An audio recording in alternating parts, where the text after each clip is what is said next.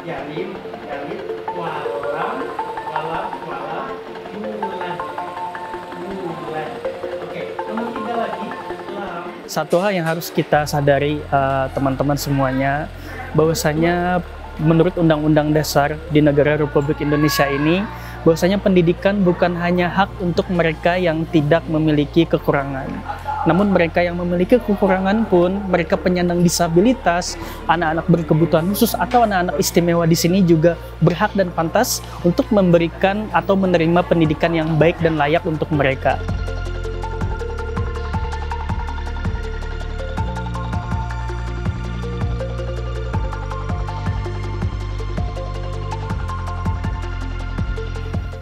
Pendidikan adalah hak segala bangsa, seperti termaktub dalam pembukaan Undang-Undang Dasar 1945.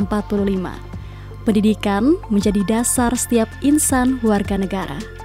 Tanpa terkecuali, anak bangsa berhak mendapatkan pengajaran.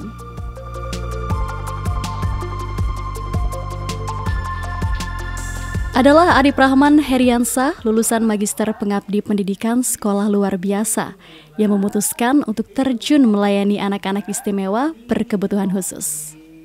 Saya adalah Arif Rahman Heriansah. Saya merupakan guru pendidikan agama dan budi pekerti di sekolah luar biasa ini. Sedikit bercerita, dulu saya merupakan lulusan S1 Pendidikan Agama Islam, dan kemudian saya berrezeki untuk melanjutkan studi S2 saya di mata kuliah atau program studi pendidikan inklusi dan studi disabilitas. Karena merupakan ketidakliniaran itu, saya jadi bertemu dengan anak-anak luar biasa di sini. Mereka bukan hanya anak-anak luar yang biasa, tapi mereka juga anak istimewa yang dapat membuat saya begitu luar biasa bersyukur dan banyak belajar dari mereka. Di sekolah luar biasa ini, saya banyak bertemu dengan anak-anak dengan spesifikasi ketunaan yang bermacam-macam, seperti yang namanya tunarungu, yang mana mereka tidak mempunyai kemampuan sensorik pendengaran, namun sehingga mereka tidak dapat menyebutkan kalimat secara verbal, namun dengan bahasa isyarat kami dapat bisa berkomunikasi satu sama lain. Tak mudah menjadi seorang pendidik bagi mereka yang memerlukan perhatian khusus. Anak-anak istimewa ini akan menjadi generasi cerdas dengan support system bukan hanya keluarga saja, namun juga bapak ibu gurunya di sekolah.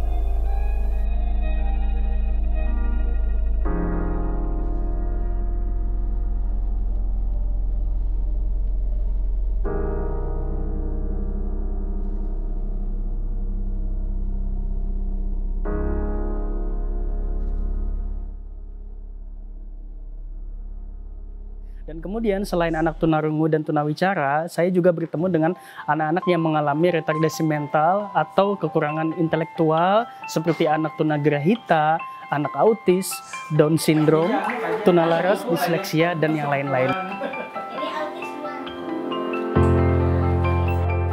Mereka belajar dengan rasa, dengan ketekunan dan kesabaran dari para guru. Arif Rahman Heriansah memiliki rasa cinta terhadap dunia pendidikan tumbuh seiring berjalannya waktu. Melihat anak-anak yang harus terus bangkit di tengah kondisi yang tidak sempurna. Adapun pengalaman tentu banyak sekali. Sudah hampir jalan selama 6 tahun. Saya bekerja di sini mengajarkan cinta kepada mereka. Bukan hanya mengajar, tapi juga dengan bagaimana saya membimbing. Yang paling penting adalah bagaimana saya bisa membersamai mereka ketika pagi sampai mereka bisa pulang. Karena saya adalah guru pendidikan agama dan saya beragama Muslim, maka anak-anak yang beragama Muslim tentu di sini juga saya ajarkan bagaimana tata cara pelaksanaan beribadah dari yang namanya berwudu, kita sholat bersama, mengaji bersama, sampai ketika anak-anak sebelum pulang mereka ke rumah, saya mengajarkan mereka untuk sholat zuhur berjamaah bersama saya dan dengan murid-murid muslim yang lainnya. Oke, nah kemudian ada banyak hal yang dapat saya pelajari di sini, terutama tentang esensi bersyukur, karena walaupun mereka mungkin sama-sama dalam satu kelas tunarungu, namun bukan berarti saya dapat bisa dengan cepat melakukan pendekatan mereka secara kolektif. Namun dengan tanda kutip, saya harus melakukan pendekatan kepada mereka satu persatu. Semangat untuk terus menggali ilmu dan menempuh studi master disabilitas, pendidikan inklusi UIN Sunan Kalijaga Yogyakarta diselesaikannya demi anak-anak didiknya. Ia terus belajar mendalami karakter anak-anak istimewa namun luar biasa baginya. Ada anak autis yang mana saya dapat belajar dari anak-anak autis yang di sini adalah saya tidak bisa memaksakan mereka masuk ke dalam dunia saya ketika saya mengajarkan mereka. Namun saya balik adalah bagaimana caranya saya menuntut saya sendiri agar bisa memasuki dunia mereka. Misalkan anak autis ada yang sangat senang sekali dengan melukis, menggambar, maka bagaimana caranya saya bisa berteman baik dengan mereka adalah ketika saya juga harus bisa menggambar, melukis dengan mereka. Begitu juga ketika ada anak-anak yang senang berjoget atau senang menari-nari atau loncat-loncat, maka ketika saya ingin menjadi teman mereka, saya juga harus bisa menari berloncat-loncat sama seperti mereka. Sehingga dengan begitu ketika kita memasuki dunia murid dengan baik, maka mereka dapat menganggap kita sebagai teman yang baik juga. Adapun hal-hal yang lainnya yang dapat saya temui di sekolah ini adalah bagaimana ketika mereka dalam keadaan tantrum, mereka dalam keadaan mengamuk, saya bukan hanya bisa menegur mereka atau melarang mereka. Namun saya ingin mereka mengekspresikan emosional mereka, kemudian saya cari bagaimana caranya supaya saya dapat menangani mereka ketika dalam keadaan tantrum atau mengamuk itu. Saya kasih makanan dan kemudian ketika saya kasih makanan, tiba-tiba dia langsung berhenti untuk mengamuk. Sehingga di situ saya dapat menemukan satu pelajaran lagi ketika bertemu dengan satu anak yang lainnya juga. Ketika saya bertemu dengan anak cerebral palsy yang ada di sini, tentunya saya tidak bisa memaksakan mereka untuk belajar duduk dengan tegap atau mereka berlari seperti murid-murid yang lain. Namun dengan penanganan yang baik, anak cerebral palsy ataupun anak-anak yang lain dapat belajar nyaman di sini. Sehingga bukan hanya menuntut mereka untuk berkembang secara intelektual, namun yang kami sajikan di sini adalah bagaimana caranya kita menampilkan sebagai guru dapat menjadi teman yang baik, orang yang dapat memberikan kenyamanan bagi mereka semua agar mereka dapat berjalan, agar mereka dapat berkembang dan belajar dengan sesenang hati mereka. Seperti layaknya pendidikan sekolah normal lainnya, anak-anak ini menerima pelajaran beragam yakni ilmu agama, ilmu pengetahuan, tata boga, tata kecantikan, tata busana, dan keterampilan lainnya. Fasilitas yang diberikan ini mengasah kemampuan mereka, meningkatkan kreativitas.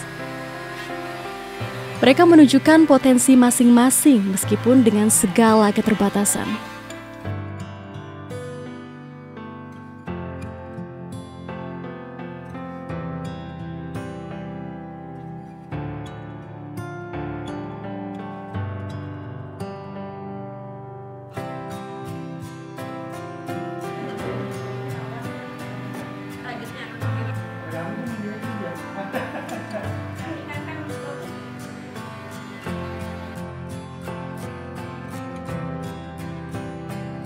Ketika kalian menemukan anak-anak istimewa atau penyandang disabilitas di luar sana, saya memohon agar kita dapat memberikan penerimaan yang baik dengan mereka. Jangan pernah menjustifikasi bahwasanya anak-anak luar biasa tidak bisa menjadi orang yang sukses. Namun yang harus kita tanamkan adalah bagaimana caranya kita menerima mereka, dan kita harus dapat menuntut diri kita untuk berpikiran positif, memberikan afirmasi yang baik bahwasanya semua manusia memiliki hak yang sama. Mereka belajar, mereka bermain bersama guru-guru yang juga luar biasa. Kekuatan nurani menyatu. Begitulah keindahan yang dapat kita saksikan pada anak-anak istimewa di SLB Negeri 2 Banjarmasin.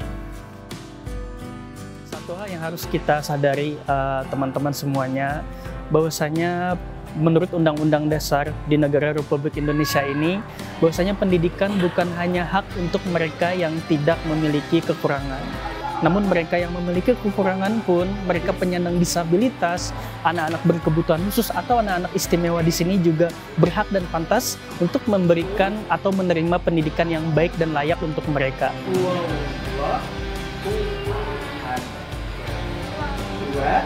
Allah Somat 3 lam yalik walam bulan 4 walam yakul lahu kufuwan ahad. Oke. Karena Indonesia ini dimajukan oleh generasi-generasi yang memiliki prestasi gemilang, Dan anak-anak ABK pun juga memiliki prestasi yang dapat menorehkan kemajuan untuk bangsa dan negara ini. Maka dari itulah kita patut menanamkan penerimaan dan meyakini bahwasanya semua manusia, baik itu yang anak berkebutuhan khusus dan yang lain-lainnya, juga dapat menorehkan prestasi yang baik untuk kemajuan bangsa dan negara ini. Mereka sama hakikatnya dengan kita sebagai manusia. Mereka juga ingin mempersembahkan prestasi terbaik untuk bangsa ini. Mereka membuktikan bahwa yang kekurangan tak harus terhalang.